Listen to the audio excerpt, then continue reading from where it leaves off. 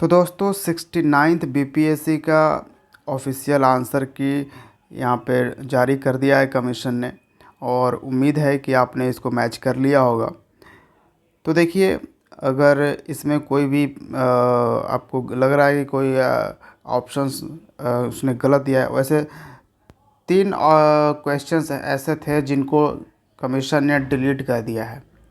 ठीक है, तो आपको भी अगर कोई ऐसा क्वेश्चंस लगता है, कोई प्रॉब्लम लगती है, तो आप 11 तारीख तक आप वहाँ पे आवेदन कर सकते हो कमीशन को। ठीक है, ऑफिस में जाकर। अब मैच करने के बाद आपको मालूम चल गया होगा कि आपके मार्क्स कितने एग्जैक्टली आ रहे हैं। तो देखिए, अगर 80 बिलो है आपका मार्क्स, तो आप मान के चलिए आपका प्रीलिम्स नहीं होगा इस बार।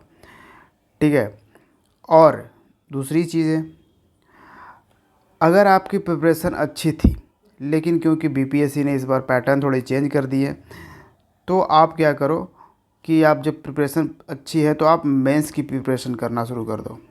ठीक है, 60 आप एक तरह से मान के ही चलो कि 69th की का जो मेंस है उसकी प्रिपरेशन आप कर रहे हो।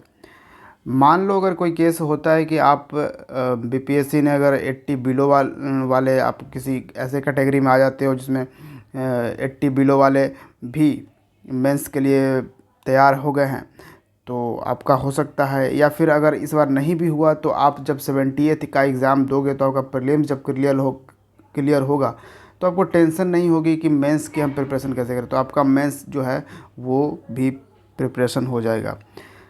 फिर और जिसका कम मार्क्स है, बहुत ही कम आ रहा है, वो सबने देख ही लिया होगा, तो ऑब्वियसली आप आज से ही 78th की प्रिपरेशन में लग जाओ, क्योंकि आपने क्वेश्चंस का लेवल अब देखे हो। अगर आपने बढ़िया से तैयारी नहीं करते हो, लास्ट 3 मंथ्स के प्रिपरेशन में आप सोच रहे हो कि अगर हो जाए, तो नहीं होगा आप। ठीक है, तो आज के इस वीडियो में हम यही 5 बातें जानेंगे 17वीं बीपीएससी के प्रिपरेशन करने से पहले। क्योंकि अगर हम ये 5 बातें नहीं ध्यान रखते हैं, तो फिर से अगली जब एग्ज़ाम ये होगी तो इस तरह की प्रॉब्लम आपको मिल सकती है। तो पहली बात तो ये है कि एनसीईआरटी बुक्स आपके लिए अब बहुत ही इम्पोर्टेंट हो चुका है। इससे आपका प्री तो प्रिपरेशन होगा ही होगा, मेंस का भी प्रिपरेशन हो जाएगा। ठीक है, तो एनसीईआरटी बुक्स क्यों, ऐसा मैंने कहा कि अब एनसीईआरटी बुक्स के बिना नहीं होने वाला, तो आपको मैं ये भी दिखाता हूँ। ये है बीपीएससी का प्रोविज़नल आंसर की। आप यहाँ पर स्क्रॉल करके अब यहाँ पर देखोगे, जब बीपीएससी ने ऑप्शन बताने के साथ साथ कुछ साइड में एक्सप्लेनेशन भी दिया है बीपीएससी ने। इस एक्सप्लेनेशन में आप देखोगे, अगर बीपीएससी से आप पूछोगे कि आपका ये सोर्स क्या है इस आंसर के ऐसे सही करने का, तो बीपीएससी देखो कहाँ से दे रहा है। NCERT class 11 page 16 second last paragraph. देख रहे हो किस तरह से सोर्स प्रोवाइड कर रहा है बीपीएससी। इसका मतलब ही आप समझ लो कि एनसीईआरटी के डीप में ही ये बीपीएससी जो है वो जा रहा है। तो एनसीईआरटी बुक ये खुद बता रहा है कि मैं एनसीईआरटी बुक से आपको क्वेश्चंस दूंगा, और एनसीईआरटी से ही आपको सोर्स भी रिफ़र करूंगा। और इतना तो सभी को मालूम होगा कि ये 6 to 12 ही पढ़ना पड़ेगा आपको। अब छोड़ना मत, कोई भी बुक छोड़ो नहीं, क्योंकि अभी आपके पास वक्त बहुत बढ़िया है।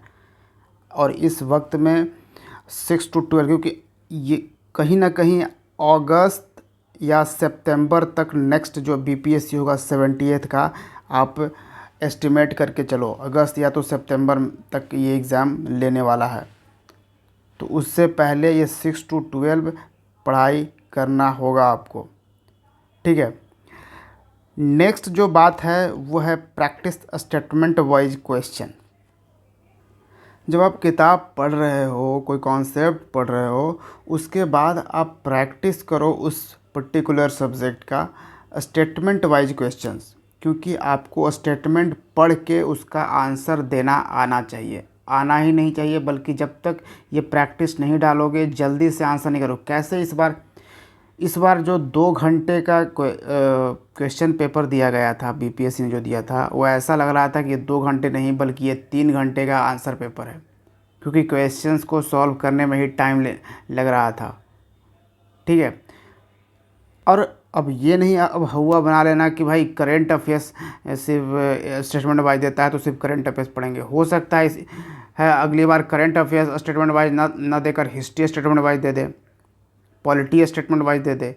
तो अब आपको बिल्कुल उसी तरह का हर एक सब्जेक्ट्स आपको प्रिपेयर करना होगा, इतना ध्यान रखिए। चलिए, ये 2 हो गया। नेक्स्ट क्या है, ready for the pattern change. किस मामले में? Regarding number of MCQs.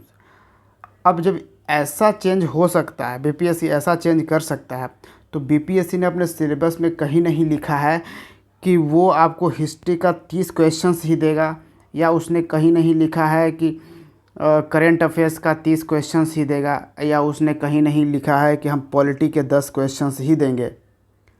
हो सकता है अगली बार पॉलिटी के 10 क्वेश्चंस के बदले वो अगली बार 40 क्वेश्चन दे दे सिर्फ पॉलिटी का। हो सकता है हिस्ट्री का जो है अगली बार जो है वो 15 क्वेश्चंस ही दे। ठीक है, क्योंकि प्रीवियस ईयर्स पेपर्स को लेकर तो अब नहीं चल रहा है बीपीएससी, तो ये चेंज, तो इस चेंज के लिए आपको रेडी होना पड़ेगा। ये नहीं मान के नहीं मत चलिएगा कि भाई ये क्वेश्चन नंबर ऑफ क्वेश्चन हमने हिस्ट्री और करंट अफेयर्स से ज़्यादा आते हैं, हिस्ट्री और करंट अफेयर्स ही हम पढ़ेंगे, ऐसा अब नहीं है। ठीक है, साइंस के क्वेश्चंस जो हैं हो सकता है अगली बार ये 40 क्वेश्चंस साइंस के ही सिर्फ प्रोवाइड करें।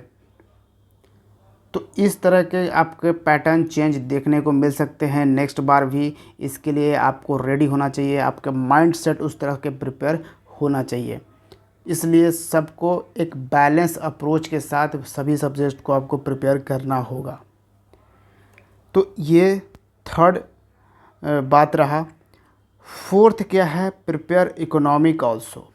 अब तक हम क्या करते थे, इकोनॉमिक्स में हम तो ज़्यादा पढ़ते थे नहीं थे, क्योंकि हम जब प्रीवियस पेपर देखते थे तो हमें यही लगता था कि इकोनॉमिक्स में सिर्फ Bihar budget, Bihar economic survey और थोड़ा बहुत एक बेसिक सा कोई टर्म्स इकोनॉमिक्स का वो सब रिलेटेड चीज़ें पूछता है। लेकिन अब इकोनॉमिक्स के बड़े बड़े कॉन्सेप्ट पूछ रहा है, सिर्फ टर्म्स से काम नहीं चला रहा है, इकोनॉमिक्स के कॉन्सेप्ट तक पूछ रहा है।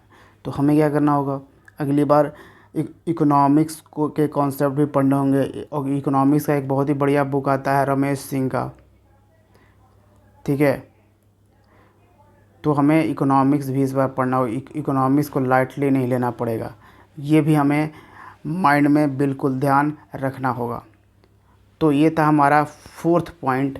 और अगला है फिफ्थ, प्रिपरेशन स्टार्ट टुडे।